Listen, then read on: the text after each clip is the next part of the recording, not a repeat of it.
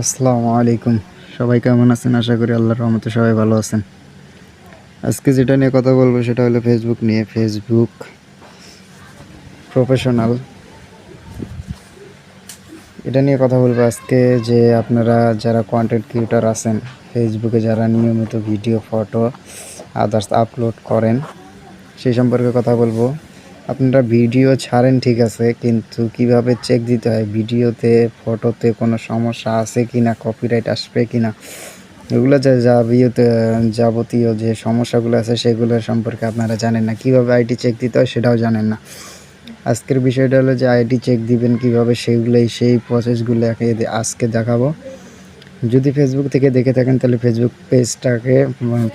পেজটাকে ফলো দিয়ে রাখবেন, যাতে ভিডিও ছাড়ার সাথে সাথে আপনার কাছে পৌঁছায়।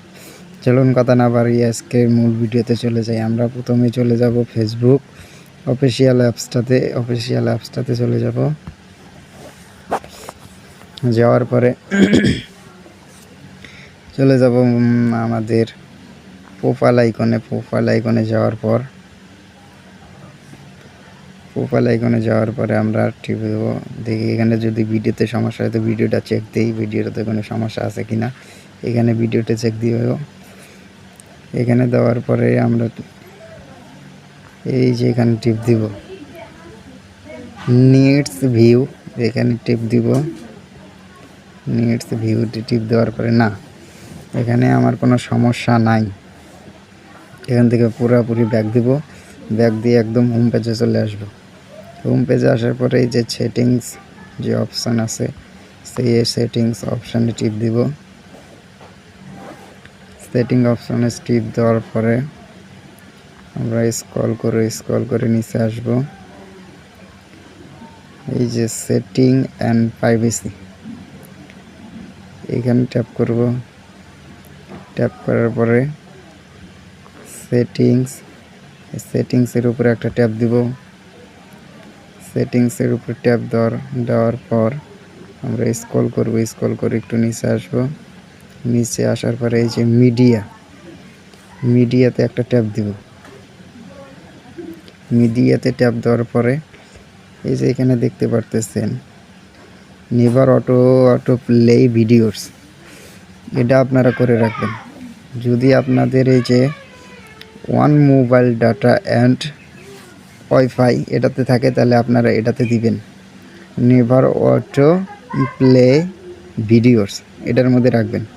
এটার মধ্যে রাখলে কি হবে, আপনাদের সামনে যে ভিডিওটা আসবে সেই ভিডিওটা আপনাদের সামনে প্লে হবে না, আপনারা যতক্ষণ না এই ভিডিওতে ট্যাপ করবেন। আশা করি এটা বুঝতে পারছেন। আমরা এটা থেকে ব্যাক দিয়ে আমরা চলে যাব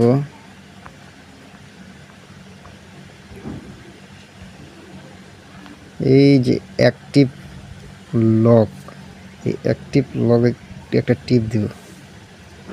টিপ দেওয়ার পরে আমরা চেক দিব অ্যাক্টিভটা চেক দিব।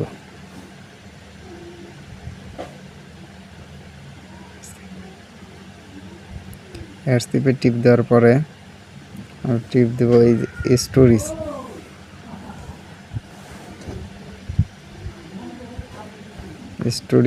স্টোরিজের মধ্যে আমার কোনো সমস্যা থাকার কথা না।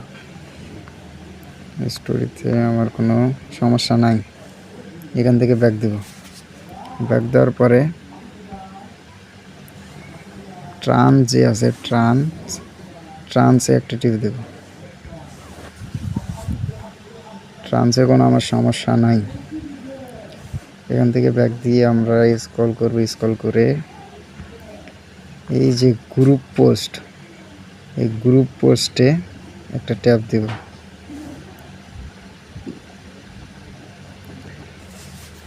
এই দেখেন গ্রুপ পোস্টে দেখেন আমার সমস্যা আছে। এই যে যেগুলো দেখতেছেন এই যে দেখাইতেছি আপনাদেরকে।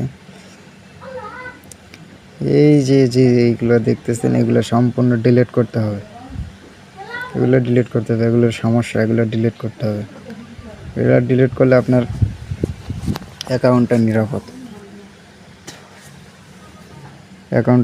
এগুলো সবগুলো ডিলিট করবে। আচ্ছা, এখান থেকে এটা হয়ে গেলে এটা আমি পরে করে নেব ইনশাল্লাহ। এখান থেকে ব্যাগে দিবেন, ব্যাগ যাবেন, ব্যাগ যাওয়ার পরে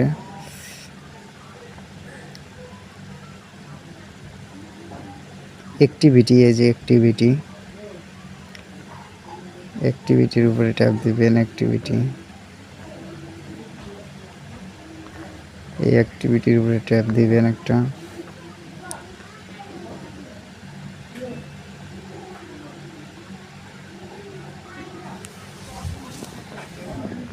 দেখেন এই যে এগুলো সবগুলো ডিলিট করতে হবে, এগুলো সবগুলো ডিলিট করতে হবে এখান থেকে।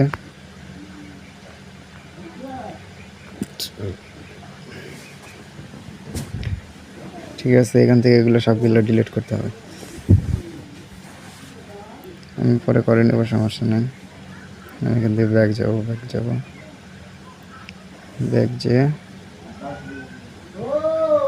আবার একটু ঢোকার পরে দেখি আমার ফটোর্সের মধ্যে কোনো সমস্যা আছে নাকি সেটা চেক দিব।